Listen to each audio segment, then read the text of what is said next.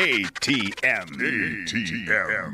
Anong take mo sa DZMM? Ay, magandang hapon po. Ako po si Zandro Ochona. Uy, umuulan ba? O maaraw sa inyong lugar? Ako po si Maan Macapagal.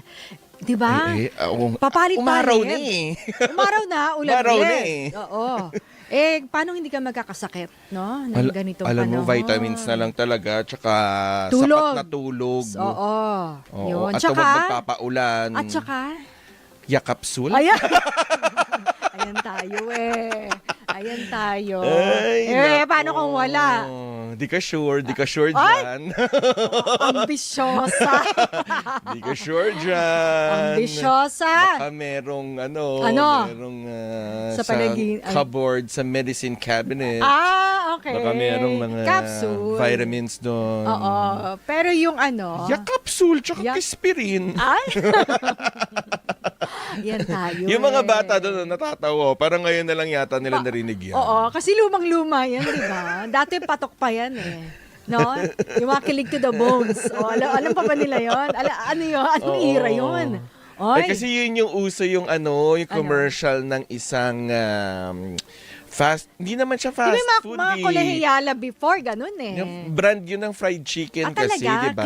Hindi yung ubo. Kung nasan Yung simot to the bones. Oo, si Papa Ba yun? P, di ba? Si Yun ba Piolo yun? Pascual. Oo. Ano ka ba? 80s pa yung kilig to 80s the ba? bones. 80s pa ba yun? Oo. Bata pa kasi ako noon. Hindi.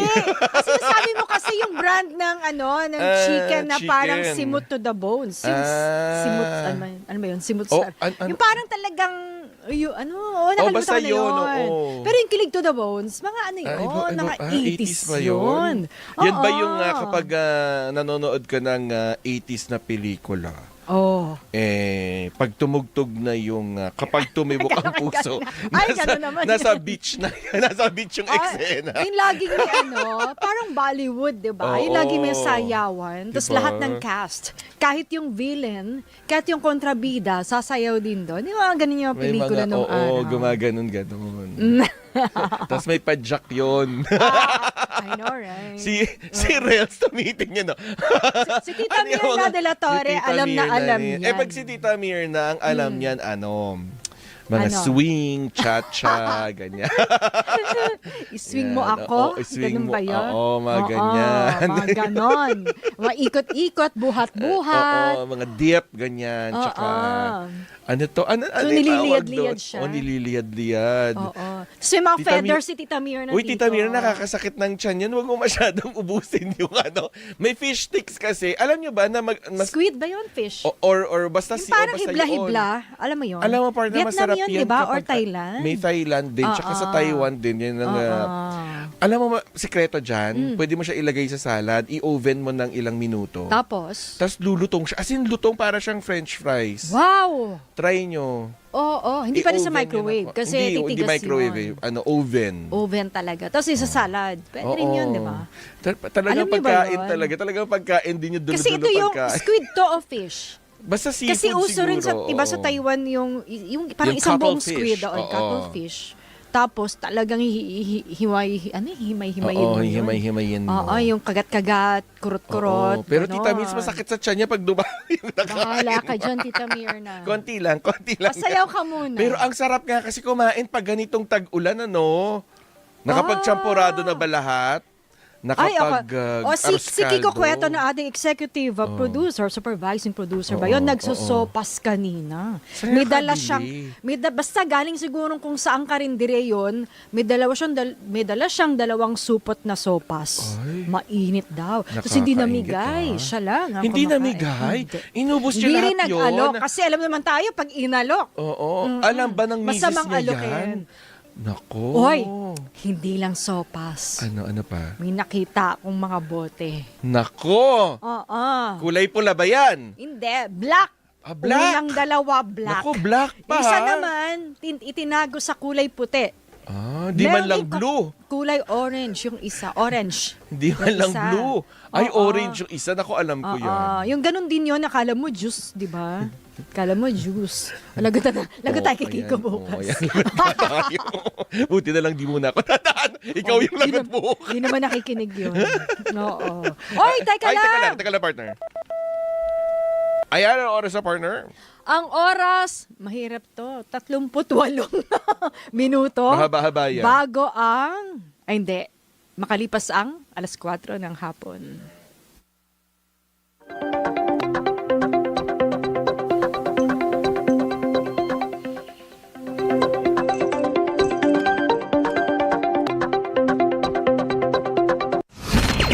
Mga balitang kumpirmado, sigurado, DZMM.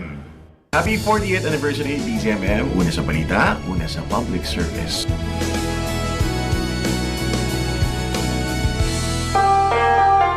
Bago pa man sumikat ang araw, Kape! matutunghayan muna ang mga balita at impormasyon. Pakinggan ang mga naglalagablab na mga balitang nakalap sa magdamagan At iba pa mga balita mula sa mga probinsya. sa Radyo Patrol Balita Alas 4. Kasama sina Robert Mano at Steve Raz. Lunes hanggang Biyernes, alas 4 ng madaling araw sa DZMM Radyo Patrol 630 at DZMM Teleradyo.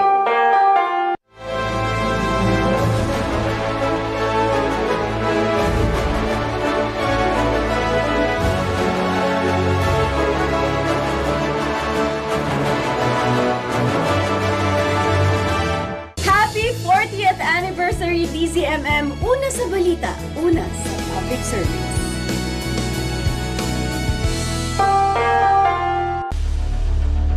Tuwing umaga, hindi pa nagsisimula ang ating araw. Sila'y gising na at nagbabalita. Sila ang news team ng DZMM.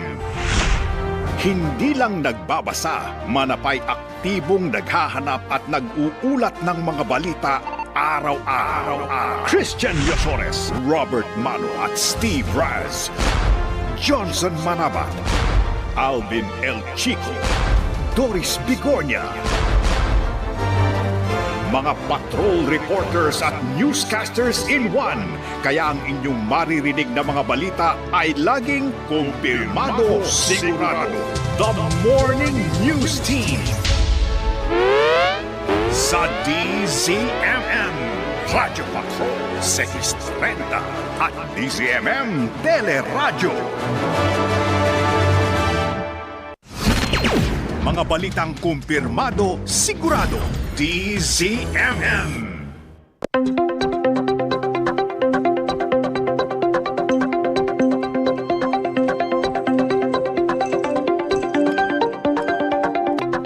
ATM.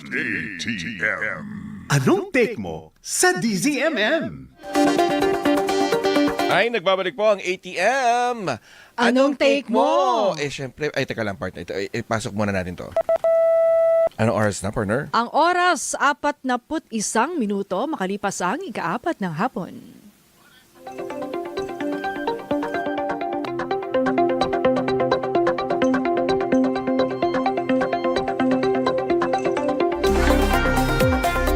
Syempre, nagpapatuloy pa rin po ang ating espesyal na handog.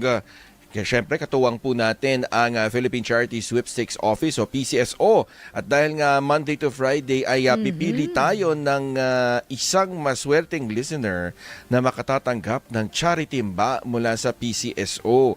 Kailangan nyo lang po ipadala yung inyong sagot sa ating question of the day sa DZMM Teleradyo Viber number 0919-278-3000 at ilagay nyo lang po ang inyong buong pangalan, kompletong address at contact number. Oo, at yes, sige, kukontakin tayo Oo. ng ATM team at matatanggap ang inyong premyo tuwing Biyernes.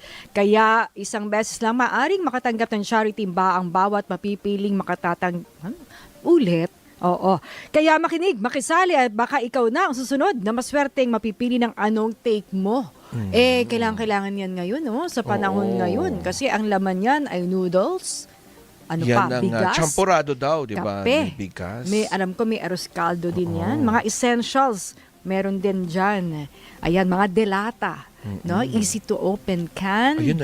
Tapos, pinapakita ko. ano pa ba yan? Mga mainit na tubig na lang ang kailangan. Pero, kaya sagot na sagot kayo sa ating question of the day. Ano nga ba? Ayan, ano bang question of the day natin na partner? Mahirap ba to?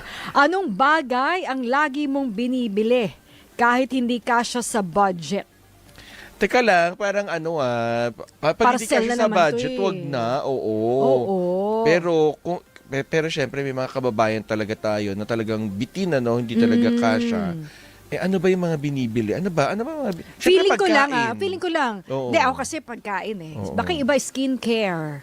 Mawala na lahat. Wag lang ang skincare. Di ba yung mga ganon? Sa Bogoy. Makeup Oh, sa makeup, babae. makeup. Sa Oo lalaki nga. ba? Sa lalaki. Masapatos kasi. Ay, tsaka yung mga bisyo siguro. Pero Laruan. wag naman. Tulad ni Jack Batallones. Oo. Hindi yung mga bisyo. Toy collector. Yung Yun iba eh. kasi Hindi. diba? Si Jack talaga.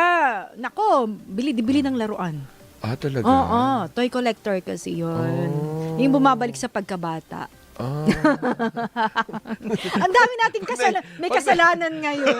Marami tayong nire-reveal. Uy, Kuya Jack, si Maan yun, Hindi ako yun, Sinumpong. Hindi kasi, siya yung pumasok sa isip ko.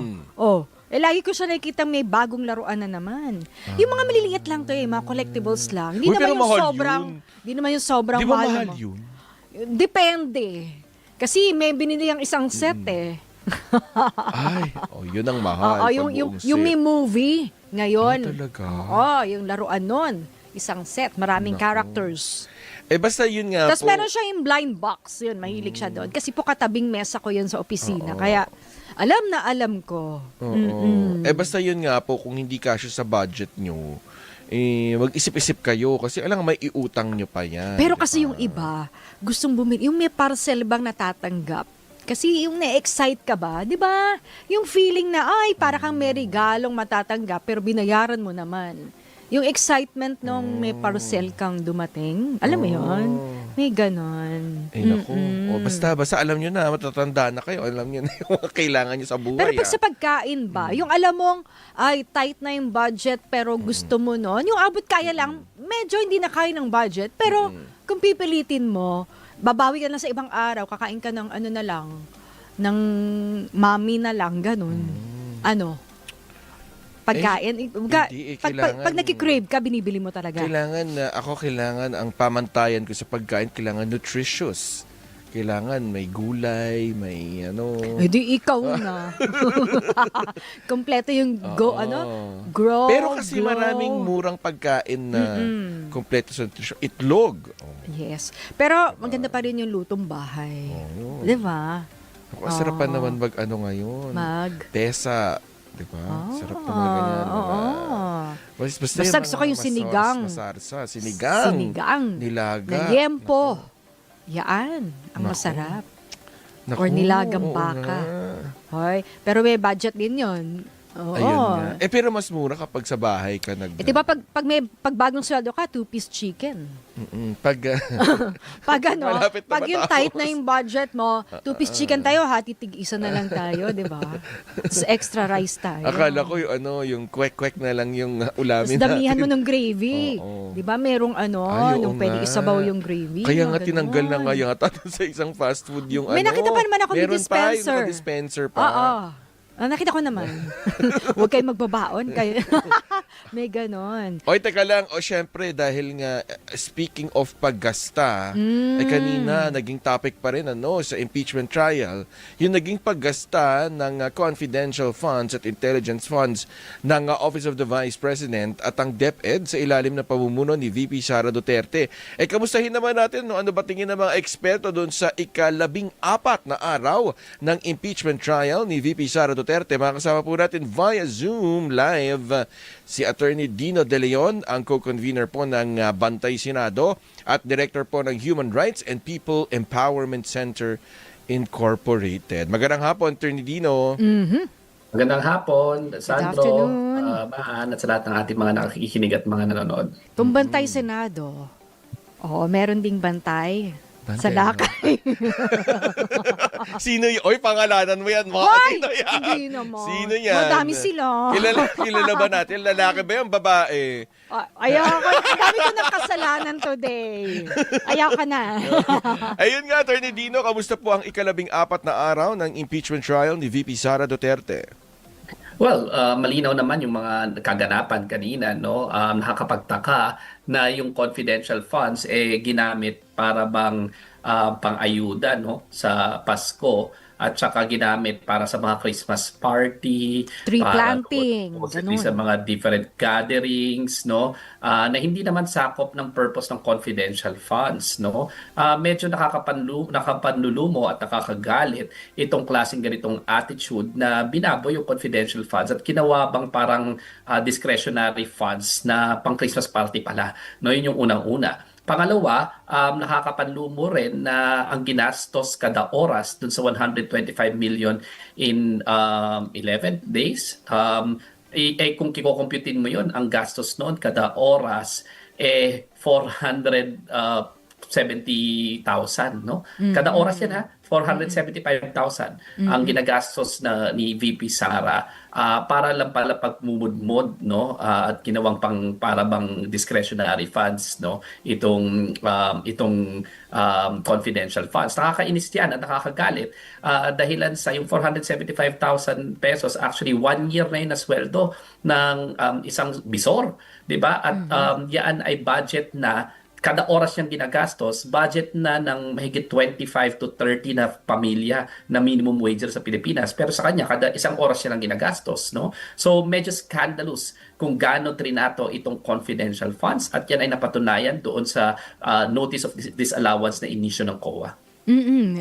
Lumabas din si Presiding Officer Senator Chis Escudero. Sinabi niya, nagtanong siya, maaari bang i-reimburse yung mga gastos na nangyari bago yung cash advance gamit nga yung confidential funds? Kasi may mga activities din daw nung bago matanggap yung cash advance, may mga ano na rin, gastos. Malinaw yung liquidation, di ba? Yung liquidation na mga dokumento, nangyari pala lahat ng mga activities. Di ba lahat? Pero marami dun sa mga activities, bago pa natanggap na ibigay yung confidential funds. Ano yung reimbursement? Ginastos muna nila para doon sa mga iba't ibang mga aktibidades sila na wala naman pala connection sa confidential operations and intelligence gathering, no? So, napakalinaw na medyo ibang klase yung pagtrato nila sa confidential funds. Alam mo, Maan tsaka Sandro, ang ginawa kasi dito is ni-nationalize yung kalakaran nila sa Davao. Sa Davao kasi, lahat ng mga confidential funds ng Office of the Mayor, if I'm not mistaken, 30 plus or 50 plus billion na simula nung naupo yung mga Duterte, ginagawa nilang parang discretionary funds, no? Ginagawa nilang ganyan yung mga liquidation. Ito kalakaran to Davao scheme. Itong ginawa nila kung paano nila binaboy yung confidential funds ng City of Davao. Ganyan rin ang ginawa nila dito sa confidential funds sa Office of the Vice President at saka sa Department of Education. Nakakapagtaka kung bakit meron nga silang confidential funds to begin with, no? So again, malinaw, no? Yung pera ng taong bayan, dapat yan subject sa accountability. Yung power of the purse ng Congress, dapat nirespeto. Hindi yung para may discretion sila, bibigyan sila ng parang pork barrel, bahala na sila kung saan nilang gastusin. Tapos beyond scrutiny, at hindi na pwedeng tingnan ng Kongreso. Di ba? Kaya nga dapat line item ito. Okay lang naman sila mag-Christmas party. Okay lang naman siguro sila magbigay ng gamot. Pero subject to the scrutiny of the public, and then at the same time, dapat ito ay batay sa approval ng Kongreso, because the power of the purse based on our Constitution belongs to Congress. Hindi yung sila pala magde-decide. Kasi kung ganun, ang hirap, kasi dapat napagdedebatihan kung saan napupunta yung pera ng taong bayan, nakakapag-desisyon ang mga representatives na duly elected ng sambayan ng Pilipino kung saan ilalagay yung kanilang pera. Hindi yan trabaho ng Office of the Vice President na magde-decide. Arbitrarily, based on her pure discretion and whim when she wakes up one morning and feeling niya magpapa-Christmas party, yun na yung masusunod. Hindi naman siya reyna eh. Di ba? We're a constitutional democracy. Sadly, yan yung nakagawian nila sa Davao kasi para silang reyna o hari umasta doon. No? Hindi dapat yan uubra sa ating demokrasya. Attorney Dino, yung last week, yung pagharap ni Attorney Roderick Wamil, nabatid natin na ito palang confidential fund, no, ito'y ibinaba, ito'y nasa ilalim ng MOOE o yung maintenance and other operating expenses. Pero babalikan natin na ito palang bahagi nitong confidential funds ay ibinigay din kay Colonel Lachica doon sa Office of the Vice President, Presidential Security Group, yung OVP-SG. May nakikita na ka na bang problema doon sa puntong yon? Kasi nga, although kanina sinabi na rin mismo ng witness na may mga nakita na silang irregular doon nga sa pagbibigay ng pondo kay Lachica. Pero doon sa puntong yon na ginamit yung confidential funds para, ano ba to, pampasweldo? O parang basta ang tinutukoy kanina, binigay lang doon kay Lachica? Di ba pagsweldo, kailangan line item yan. Kailangan napapakita transparently. Hindi yung may abot-abot ka kung kani-kanino na pera naman pala ng taong bayan. No? That is highly irregular. Ang kailangan sagutin ng Office of the Vice President is, legal ba yung pag-disburse nitong confidential funds? Batay doon sa joint circular. Kung legal yan, dapat pursuant to real confidential operations, ang sweldo, hindi confidential operations ng security. In fact, kailangan line item yan na justify mo kung ilan ang security na kailangan mo at nakakapag-decide at nakakapag-input ang Kongreso dyan. So, is it really pursuant to confidential operations? If so, where are the documents? What are the where are the acknowledgement receipts or the actual official receipts? Ano yung benepisyo nitong confidential operations mo sa publiko? Kailangan i-justify mo yan at substantiate mo kung bakit may benepisyo sa publiko yan at bakit naging successful yung confidential operations mo. All of these are answerable naman. Hindi naman nagiging unfair ang ating accountability mechanism para tanungin itong mga puntong ito. Kasi yun ay public funds at hindi just because it's confidential does not, let me make that clear, does not make the funds all of a sudden discretionary in nature and subject to the absolute whim of the office. Just because it is confidential, again, dahil hindi porke confidential ito, subject na sa caprice, arbitrariness, and whim noong opisyal. Kaya ngayon may guidelines, no? Dahil pera ito ng publiko. Ang nangyayari dito sa Office of the Vice Presidents at sa DepEd at sa Davao na ginagawa nila, pag confidential, para bang whim na lang nila, subject to their caprice, arbitrariness, at depende bahala sa kapritsyo nila. So, sumakatuwid, Attorney Dino, ang ibig sabihin, yung confidential funds, di naman ito masama dahil nga talagang ito yung may pinagagamitan. Ang kine-question ngayon, ang tinutumbok ngayon itong mismong impeachment trial, ay yung kung paano ito ginasta, kung naayon ba siya doon sa circular na inilabas, yung panuntunan na inilabas ng Commission on Audit. Tama po ba, Attorney?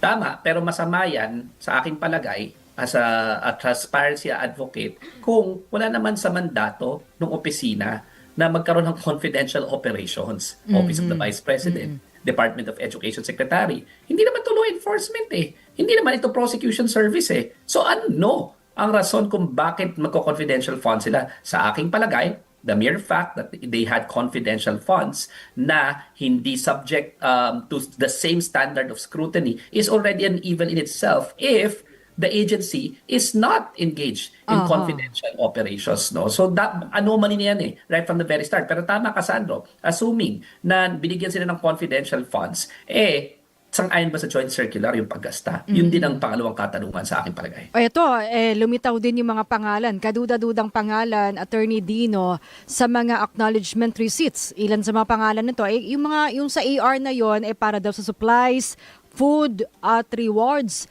na ginamitan nga ng confidential funds.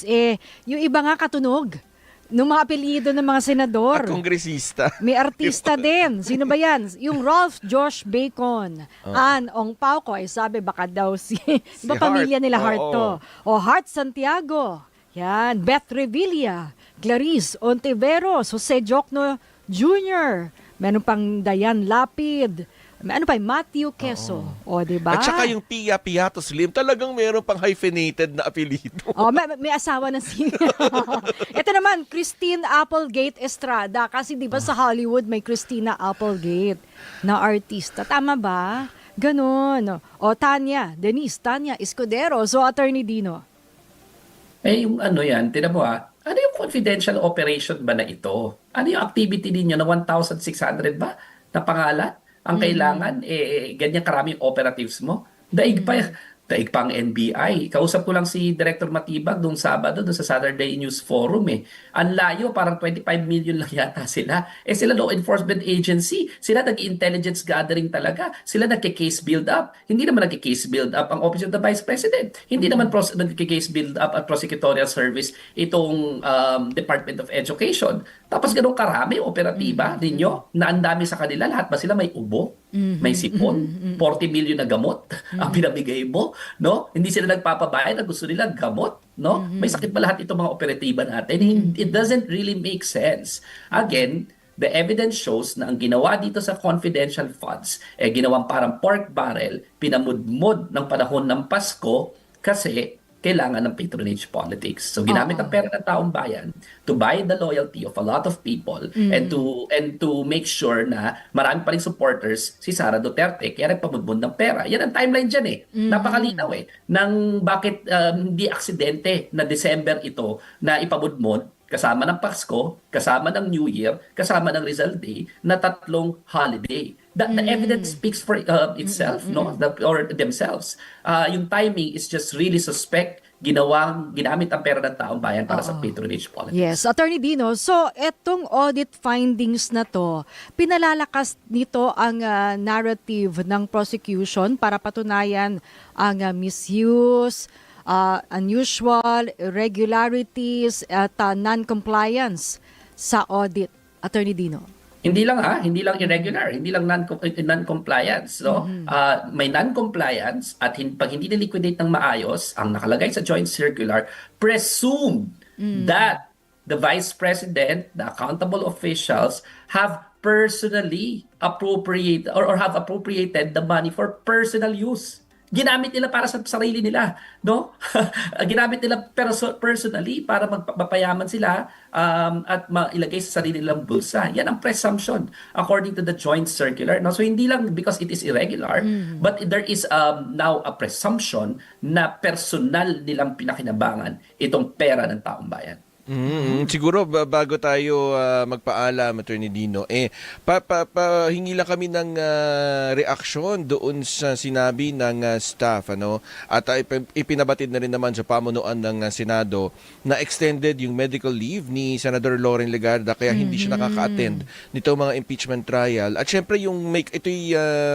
syempre issue na rin dahil nga yung doon sa kinakaharap nila na issue na kanyang anak na si Congressman Leandro Leviste tungkol nga doon sa solar project. Ano pong take nyo doon?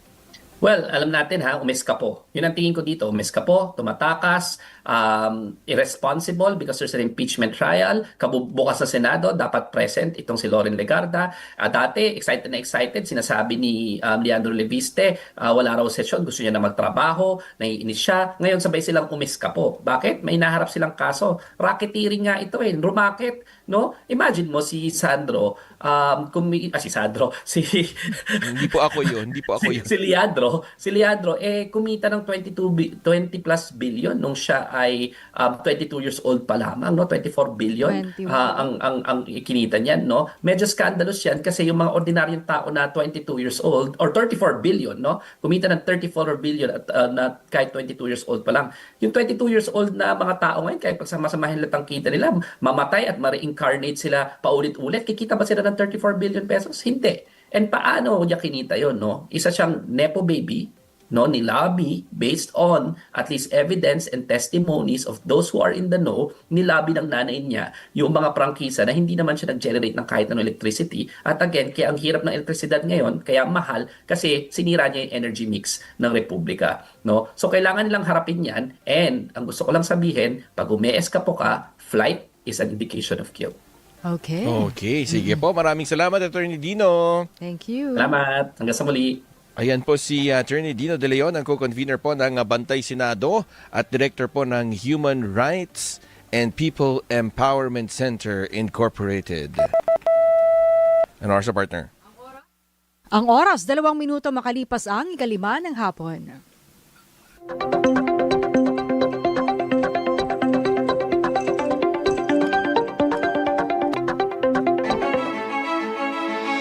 DZMM Radyo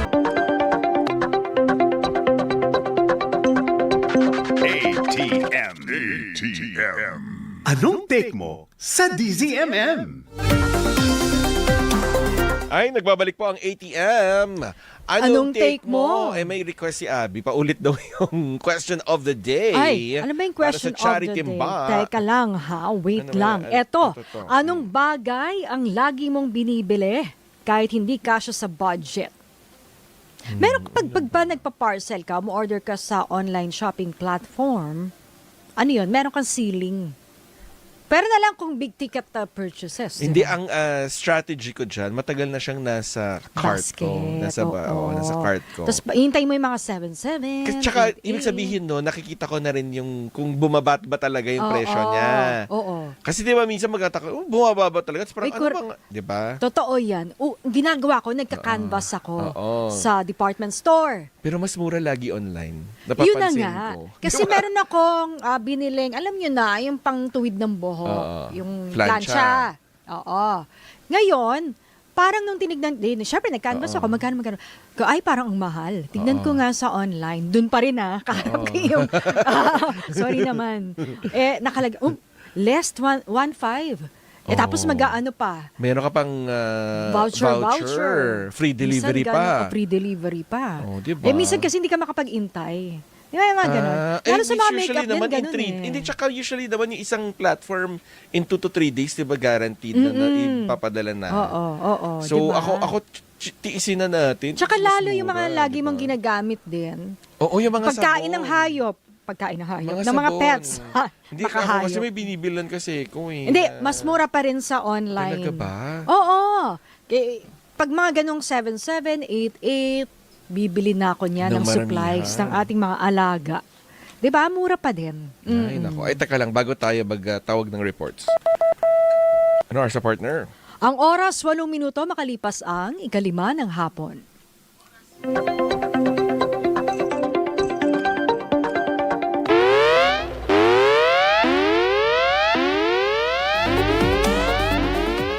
Siyempre, maulan, nakapatuloy ang paggalugad ng Radyo Patrol sa ating mga lansangan.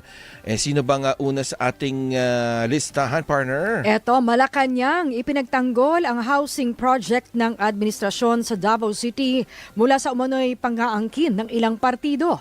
Narito ang balitang kumpirmado sigurado mula Malacanang. Radio Patrol, Christian Yosores. Christian.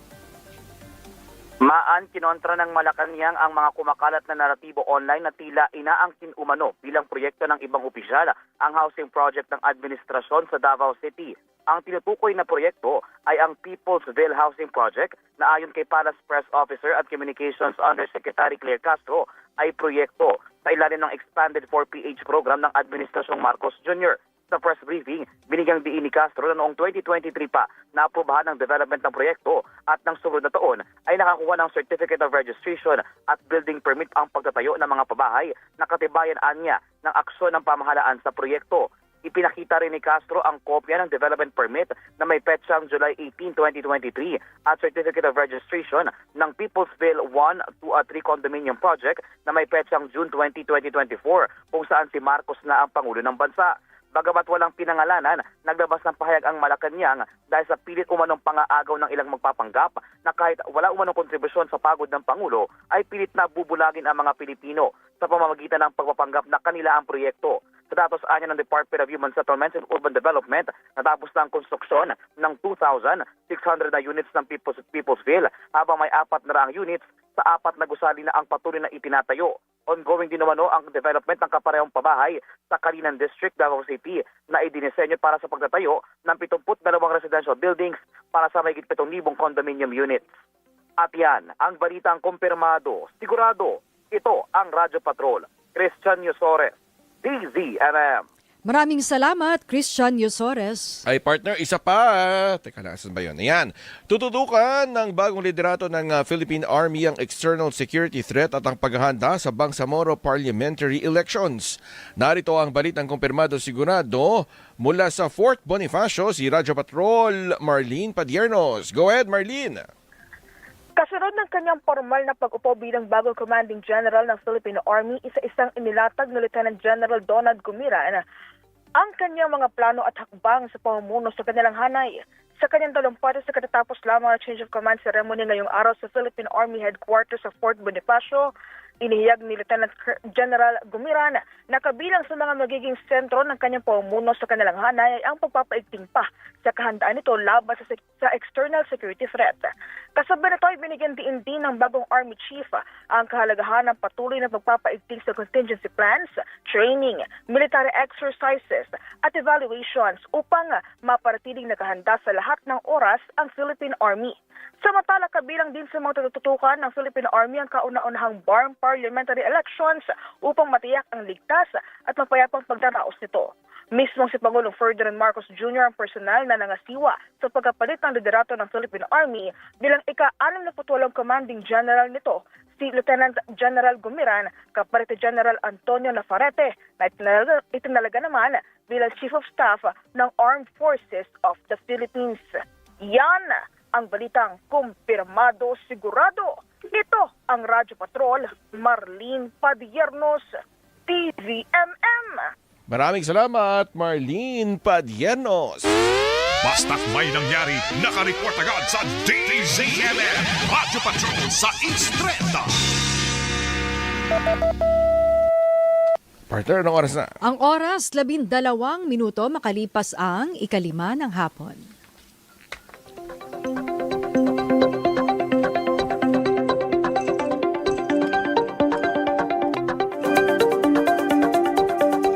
Siyempre, pag-usapan pa rin natin, partner, itong ang naganap na ika-14 na araw. 14 pa lang. 14 pa lang, no?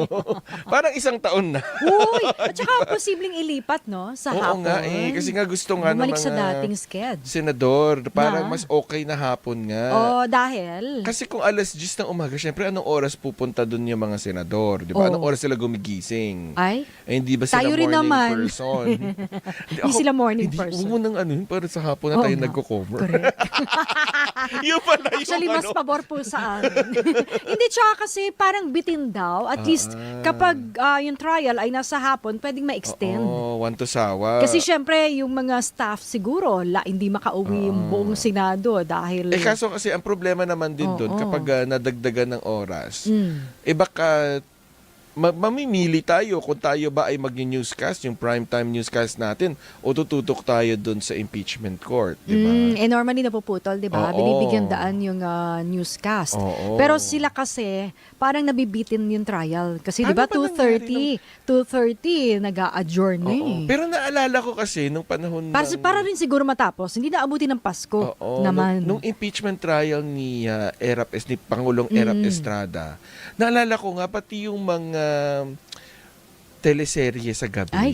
Na pre-preempt, naalala ko. Tapos Oo. umaabot siya hanggang dun sa 11 p.m. na newscast. Oo. Ay, tama.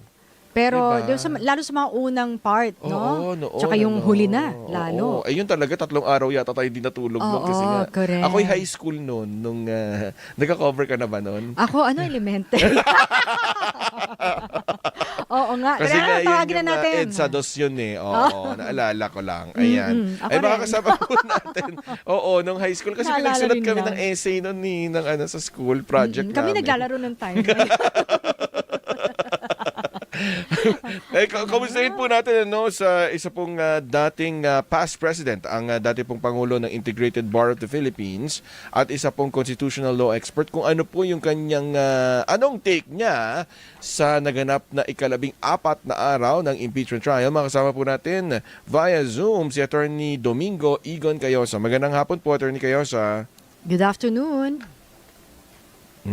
Ay, teka lang, para may lumabas na dialogue box dun sa window ni Parang Attorney Cayosa. inaayos pa po yung Zoom. Via Zoom kasi yung interview. Oo. O yan. So, pero hindi pa yan napapagtalunan, ano? Oo, Kung- parang hindi pa oo. yata napapagdesisyonan kung ano yung final decision. Magandang hapon po ulit, Attorney Cayosa. Good afternoon, Sandro. Magandang hapon sa ating mga kababayan. Ano pong take nyo sa ika-14 na araw ng impeachment trial ni VP Sara Duterte, Attorney Cayosa? Maayos naman at naituloy nung pangalawang witness ng COA yung kanilang salaysay at naidetalye niya yung mga sinasabi na COA na maanomalya at hindi katanggap-tanggap na supporting documents dun sa mga paggasta ng confidential fund at yung mga paggasta ng confidential fund na hindi dapat. Maganda din ito sapagkat umabot dun sa punto ng notice of disallowance. At naidugtong na rin doon yung mga ginawa din ng kampo ng Vice President upang iapela yung decision nila. Kasi meron na ho silang final decision na pinapabalik na yung pera eh. But of course, meron pang mga process yan. Nag-apela daw siya sa Commission and Bank. So it's just a matter of deciding on that with finality. But as far as COA is concerned, as far as the constitutional body tasked to audit and safeguard the use of public funds, ay hindi ho tama yung pagkagamit ng malaking halaga at maraming mga insidente ng questionable na documentation. So, gaano kabigat po yung mga audit finding na lumabas sa pagdinig para matukoy yung pananagutan nga ng isang impeachable officer? Well, mabigat ito sapagkat COA kasi yung may primary jurisdiction and authority para mag-audit. Ito yung independent constitutional body ito. So usually, yung findings of fact ng COA is widely recognized at hindi na ho yan masyadong binabago ng halimbawa ng Supreme Court o mga ibang korte. Kasi ito yung kanilang expertise eh. Ito yung kanilang trabaho. So kung ano yung findings nila, malamang yan na rin ang masusunod kung sakasakaling iakyat pa nila ito sa Supreme Court. Kung enforceable na, sir, yung disallowed amount at pinapabalik, pwede bang magpasaklolo sa Korte Suprema ang kampo ni VP Sara? Well, maaari, but that would usually be grave abuse of discretion. Pero yung grave abuse of discretion, meron hong technical or legal meaning yan. Ibig sabihin, walang kabase-basehan yung ginawa ng ahensya. Labag sa batas, it is oppressive, it is whimsical. Pero doon naman sa salaysay ng COA, dumaan naman ito sa proseso. Meron silang circular na sinusunod at nabigyan naman ng pagkakataon ng Vice President na apela o kaya mag-submit ng mga dokumento, pero sa kinatagal-tagal na nito, hindi pa rin nila nagagawa. So sa tingin ko, malabo ang tsansa na makakalusot pa o kaya pagbibigyan pa sila o busisiin pa ito ng Supreme Court. Kanina po ay may kinumpirma ng DOJ, ng tagapagsalita ng DOJ, na naihain na po, na isampa na po yung grave threats na kaso sa isang korte sa Quezon City. Ito na po ba, Attorney Cayosa, yung sagot ng mga kaalyado ni VP Sara Duterte na kung totoong may grave threats, bakit hindi pa nasasampahan ng kaso ang Vice President? Well, maaaring kasagutan yan, direktang kasagutan dun sa puna nila. Pero ipaliwanag lang natin, Sandro, na pagdating sa impeachment, hindi ho naman kinakailangang masampahan ka muna ng criminal case o kaya matapos muna yung criminal case. Sapagkat yung impeachment is a totally different kind of kaso. Yung quantum of evidence, hindi ganun kataas sa criminal case. At ibang jurisdiction ito, ibang korte ito, yung Senate Impeachment Court ang nagro-rule dito at final ang kanilang ruling, walang appeal kahit kanino.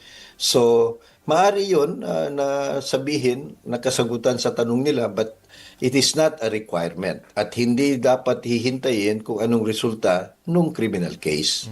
At hindi po ito papasok doon sa tinatawag na double jeopardy dahil ang sinusukat dito sa impeachment court ay kung ikaw ba ay nararapat na manatili sa pwesto sa pagiging lingkod bayan kaya ikaw ay may kinakaharap na impeachment trial. Tama po ba yung pagkakaintindi ko, Atty. Cayosa? Tama, pero dalawa yan, Sandro.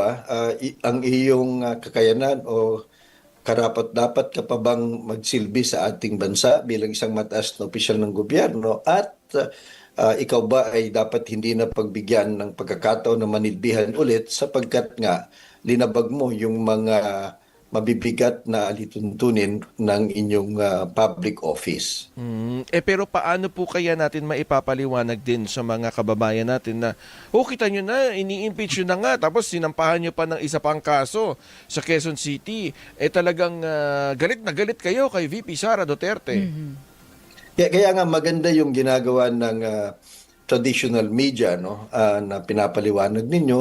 Maganda rin na ini-interview nyo ang magkabilang panig at yung mga taong o mga abogado, iba pang nakakaalam sa batas at proseso na i-explain ito. Sapagkat kung hindi, baka nga mamamayani yung mga troll farms na talagang laganap na ito at hindi na accurate at kung minsan kasinungalingan na yung sinasabi nila. So hindi nagkakapagbigay ng kaliwanagan sa ating taong bayan. So maganda yung ginagawa ninyo. It's a challenge on your part, but you have to keep educating and informing the public. Para sa ganon, mas reasonable at tama ang kanilang pagtingin o pagtimbang dito sa kasong ito.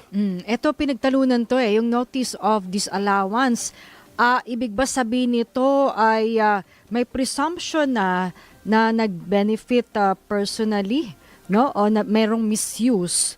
Pero kasi sinabi nga ni Presiding Officer Cheese Escudero, subjective daw yung ganun agad.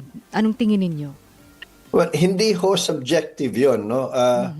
Yung presumption na yan ay hindi naman gawa-gawa ng COA o kaya ng impeachment tribunal o kaya ng mga abogado. Yan ay nandun mismo sa COA Circular 2015-01 na pag failure to adequately liquidate yung mga perang pinagkatiwala sa isang accountable officer, kagaya ng Vice President, will lead to a presumption, prima facie evidence na ginamit mo yan para sa personal na benefit mo. Yan yung rule na yan, hindi rin gawa-gawa ng COA. Hinango yan dun sa 1994 case na Datu Mangote, Mayor sa Lanao del Norte, at na-reiterate dun sa kaso ng Mayor ng Caloocan, si Mayor Martinez. Mismo ang Supreme Court ang naglabas ng doktrina na ganyan. Yung presumption, prima facie evidence or proof na ginamit mo ito. So, hindi yan subjective. It is clear in the jurisprudence at Supreme Court yan. So it becomes part of the law of the land. Sabi kasi yung burden of proof ay nasa depensa ngayon dahil up to now wala pang kasagutan sa mga official receipts, paggamit ng mga alias at iba pa. Tama po ba yun? Yung kung ngayon na nailatag o pag matapos mailatag ng prosecution yung mga findings ng COA, mabigat ito kasi nga ito hindi personal na finding ng mga witnesses at hindi rin pwedeng sabing politically motivated ito sapagkat ang COA naman is an independent constitutional body. Walang kinalaman sa politika. At yung resulta, yung tinetestify nila ngayon, hindi nila personal na opinion o datos. Datos yan ng isang ahensya ng gobyerno in charge of safeguarding our public funds. So, record nila yan. Trabaho yan ng maraming mga kawani at opisyal ng COA. So, mabigat So, yung the presumption arising from that ay hindi basta-basta baliwalain. So, kung hindi ito mariribat o hindi maipapakita ng nasasakdal na tama yung kanyang pinagagawa, and so far she has failed to do this over a span of like 2-3 years already. So medyo may problema sila. Yung pananagutan remains with the Vice President at maaari itong basehan for either graft and corruption or betrayal of the public trust. Alright. Okay na. Oo, yung pagtanggi, sir, ng defense na stipulate yung mga common evidence, sabi ng prosecution, Delaying tactic, ay di ba? makapagpatagal ng paglilitisyon. Well, maganda nga yung diskurso nila dyan, yung sabi nung isa, inindian kami. At, Isa naman, ghosting. Oo, attorney kayo, so yung ginost nga, syempre baka hindi ko lang na-get, so... Oo. Yung iniwan ka So, sa basta- ere, yun ba Oo. yun? Ang ghosting. Of course, in-explain din ng depensa, pero it's kind of obvious naman na and mukhang nabooking tuloy na kaya naman pala walang masyadong stipulation nung pre-trial kasi mga bagay na to nagawa na nung pre-trial dapat in normal cases. Yung pala, nung pa sa pre-trial ayaw mag-stipulate ng karamihan yung depensa. So pag ganun ho kasi ang stand ng sino mang nasasakdal o sino mang partido, mahahalata mo na mukhang yung gusto nilang patagalin yung kaso. So mabuti na merong iilan na nag-stipulate sila pero yung sinasabi nila, they reserve the right to cross-examine ang bawat dokumento. Biruin mo kung iisa-isahin nila yung 4,000 o 800, 3,500 receipts. Talagang haabutin tayo ng siyam-siyam dito. So sana wag ganon, but that's a possibility that arises from the refusal or to failure to stipulate. So baka kukutuhan nila ito at sana naman yung impeachment court is maging mas firm dito because dapat ang disenyo ng Constitution pagdating sa impeachment dapat ito mabilisan, hindi masyadong tumatagal. Oh, yan. Natawag dyan ay para-paraan.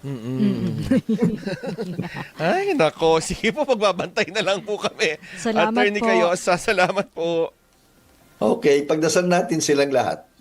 Ay, opo. Sige Opo. po. Iyan ang powerful, ang prayers. Maraming salamat po. Yan po si Attorney Domingo Igon Cayonza, isa pong constitutional law expert at past president po ng Integrated Bar of the Philippines. Oy, may mga napili na tayo. Yung kahapon, ay basahin lang natin, ang siyang napili ay si P. Jane Marzan ng Novaliches, Quezon City. Ang anong tanong kahapon? Anong mas nakaka-stress? Oo. Yung tuloy-tuloy na pag-ulan o Oo. yung yung amoy kulob? Oo, na sinampa. damit. Ay, akala ko yung walang kayakap. Ay. Wala ba yun?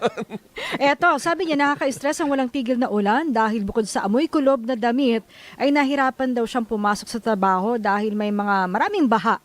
Kailangan daw niya magtsinelas dahil dyan mas prone siya sa sakit gaya ng leptospirosis. Mahirap din sumakay dahil punuan ng mga jeep kaya madalas akong malilate. Tuloy may deduction ako sa salary. Sana tumigil na ang ulan. Ang daming problema. Ay, oo nga. Bagong Sana ulan. nga. Ito pa, yung nanalo naman ngayon, yung napili po natin ngayong araw na makatatanggap ng charity ba ay si Maria Penelope Gonzalez mula sa Dasmariñas, Cavite. Ang sagot niya, bagay na lagi kong binibili kahit hindi kasya sa budget ay dog and cat food. Ayan ang sinasabi ko. Na pinapakain ko sa mga stray dogs and cats sa Ayan komunidad. din, oo. Hindi ko kasi Ayan din matiis ako niyan. ang fur babies na walang mga tirahan at walang makain. Halos tipirin ko ang gasto sa bahay para lang mapakain sila kahit isang beses sa isang araw. Sila pa nga yung mas napapacheck up mo, di ba? Oo. Hindi ba makapagal yung pangalan nito? Oo, may mga suki rin akong stray cats sa labas ng bahay. Ayan. Oo. Ay, pagpipray ka rin naman daw Nila. nila. Okay. Okay, paano? Bye! Bye! Bye na lang daw Bye! ATM. Anong take mo sa DZMM?